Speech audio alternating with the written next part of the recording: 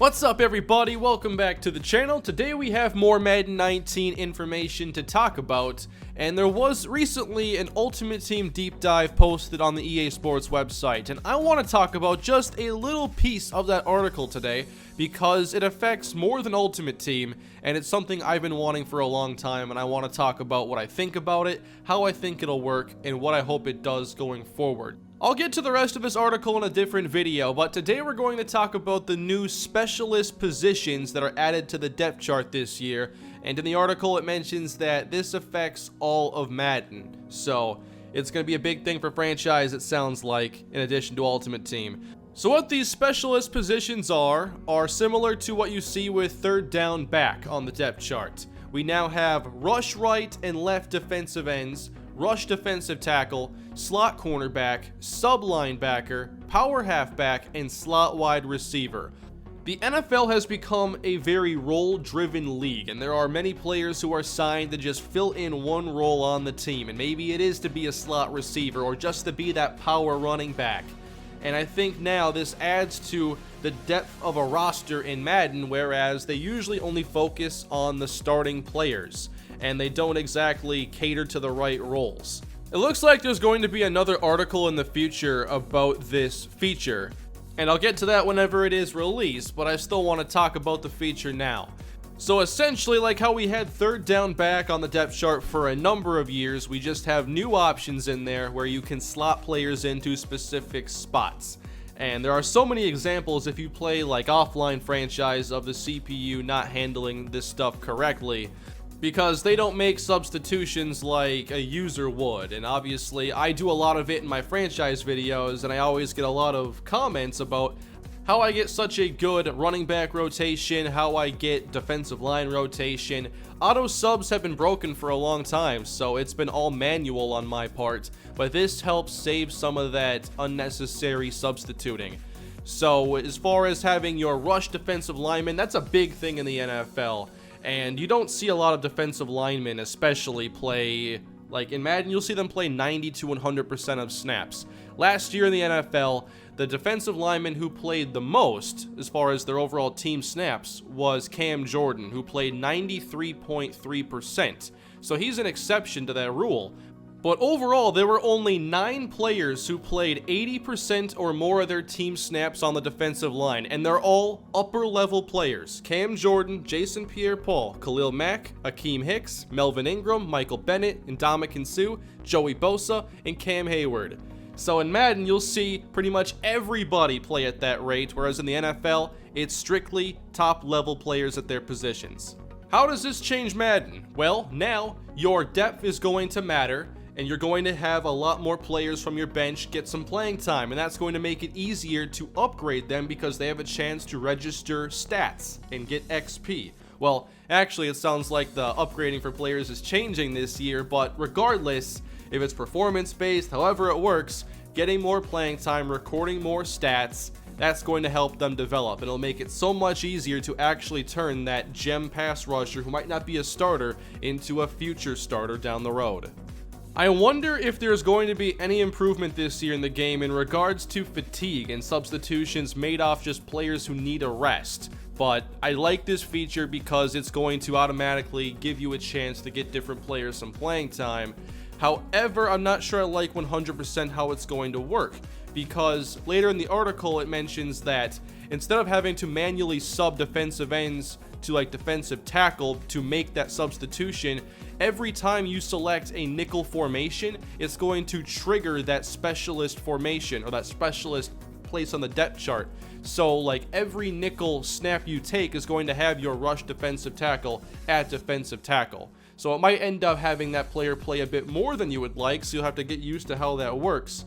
And because there is so much nickel played in Madden and in the NFL, I wonder if there really is going to be a big difference at defensive end. And this is where I think you need to have the fatigue and auto subs actually work this year, because say you have a player like Everson Griffin, for instance, or Danielle Hunter on the Vikings. Those two are the Vikings' best edge rushers, and the backups aren't close to them in talent level. So if I had to predict, they would not only be the top rated left end and right end on the team, but also the best fits for rush right end and rush left end, which means you still need fatigue and auto subs to play a role for them to come off the field. When you have these different positions on the depth chart, you're going to have different formulas that are going to calculate who is the best fit there. For instance, we've seen it at third down running back versus running back. So here are the Chicago Bears, and their best running back is Jordan Howard, who is an 84 overall. Tariq Cohen, meanwhile, is an 80. But when you go to third down running back, Cohen is an 83. So he's better than Jordan Howard for that role. And I'm guessing that's because it takes into account blocking, catching, route running, the important ratings for that specific skill. But when you go to defensive end, for rush right end and rush left end, I gotta predict that's going to just be like power moves and finesse moves playing the greatest role. And therefore, you could still have players that play too many snaps if fatigue isn't working in Madden 19 and auto subs aren't doing what they should do. Now, as a user, you can set up whatever you want, but whenever I think about these features, I also think about how the CPU could or will use them, because I play most of my games against the CPU. So they had rush left end, rush right end, and rush defensive tackle. It seems that in nickel formations, they're going to be substituting. I hope it's also for like quarter, dollar, and dime. And I'm not sure it's going to take into account down or distance. Say that the other team comes out on 3rd and 1 with 3 receivers, therefore you come out in your nickel that get the defensive backs on the field that you need. On 3rd and 1, is it still going to sub in those rush ends who might not be as good in run defense? That's one thing to think about. Then you of course have slot cornerback and slot wide receiver, and this one was maybe the most necessary addition as far as this feature goes, because you have receivers who are simply better fits for the slot than on the outside. I've come across many teams in past franchises that simply have their top receiver be either Julian Edelman, Danny Amendola, or someone else who really isn't a best fit on the outside. An absolute necessity for an outside receiver in my eyes is a higher release rating so you can beat press coverage. Size is nice, but it's not always necessary if a player has good release and route running. For instance, Steve Smith, Doug Baldwin, 2 players that you could just play as slot receivers, but they're not limited because they have full skill sets. So I absolutely love this feature because there are simply receivers that the CPU is going to get more of by playing in the slot, and it's just going to be a lot more logical having good route runners, good change of direction players there, and likewise you need the players that correctly defend those spots. Slot cornerback is a huge role in the NFL. Those players are getting paid a lot because there are now 3 cornerback starters on every team. Nickel is a big deal. It's the new base defense. So I'm assuming for slot wide receiver, this is going to be all about route running and agility. Maybe acceleration plays a big role. And likewise for the slot cornerback, agility, acceleration, probably tackling. I'm not sure what's going into their formulas, but I'm just throwing out what I would do. For sub linebacker, of course, this is where you want a linebacker more proficient in coverage and who can cover a lot of ground. So you want speedy players here, you want high zone coverage, higher man coverage. And I wonder if they'll allow you to put a safety in this role, because I think that you should be able to. We see this with a lot of teams around the league. They'll take a safety. Maybe it's someone like Deon Buchanan, and then they become linebackers. Mark Barron, another example, and he got a major contract like last year. I hope they don't overlook that and allow you to put safeties in that role. And finally, you get power halfback, which is another very necessary one because in Madden, especially against the CPU, they will use their running back 1 as much as they can, no matter who it is. I've seen Theo Riddick carry the ball over 20 times in a game. It doesn't matter if they have the durability to hold up for those long stretches, the game continues to use them. Hopefully in Madden 19 it gets a lot better because the power halfback designation will make it so you can put someone like LeGarrette Blount in that role. I wonder if that one's going to be more about down and distance and not so much formation, because like 3rd and 1, if you have a running back in there, you pretty much would always want LeGarrette Blount if he was on your team. And the Lions are a great example because they have running backs that are so role dependent. So imagine you could have like Kerryon Johnson, the rookie, as your starter maybe down the road, and then you have LeGarrette Blount as your power running back, Theo Riddick as your 3rd down back. you could get the MrHurriicane 3 running back system without making a bunch of substitutions. So I absolutely love this feature, love the idea. I'm just hoping the execution goes well, and I hope that fatigue and auto subs are better, because we want to get our bench players involved, or at least I do. I love seeing that rookie 5th rounder actually get some snaps without me having to go through a bunch of changes just to make sure he has a couple of opportunities per game. And for a running back, I have the numbers here. The running back who was on the field most last season for his team was Le'Veon Bell. We all know Le'Veon Bell is probably the best running back in the NFL, and that's why he was on the field for 85.3% of the Steelers' snaps. And there are so few bell cow running backs in today's NFL that the snap percentages on here actually somewhat shocked me a little bit. You have players like Todd Gurley who are on the field for their team 76.4% of the time.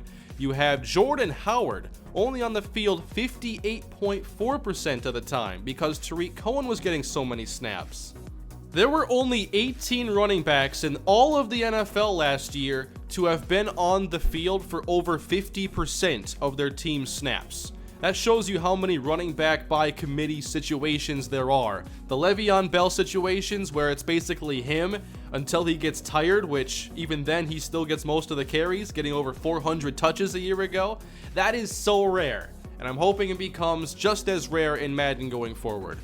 By the way, if you want these numbers, all you have to do is go to footballoutsiders.com, and they have a lot of stats on here that you can't easily find everywhere else, so I'll link this down below in the description. Sometimes it's fun to go through some of these numbers, and Pro Football Reference is another one where you can find stats, and if you know how to use their kind of database and stuff in there, you can go through and find a lot of cool information. So that's about it for today. I just wanted to wrap up by talking about if there were any other roles I thought could be useful for Madden. Now that we have this, that should hopefully open up the opportunity for more.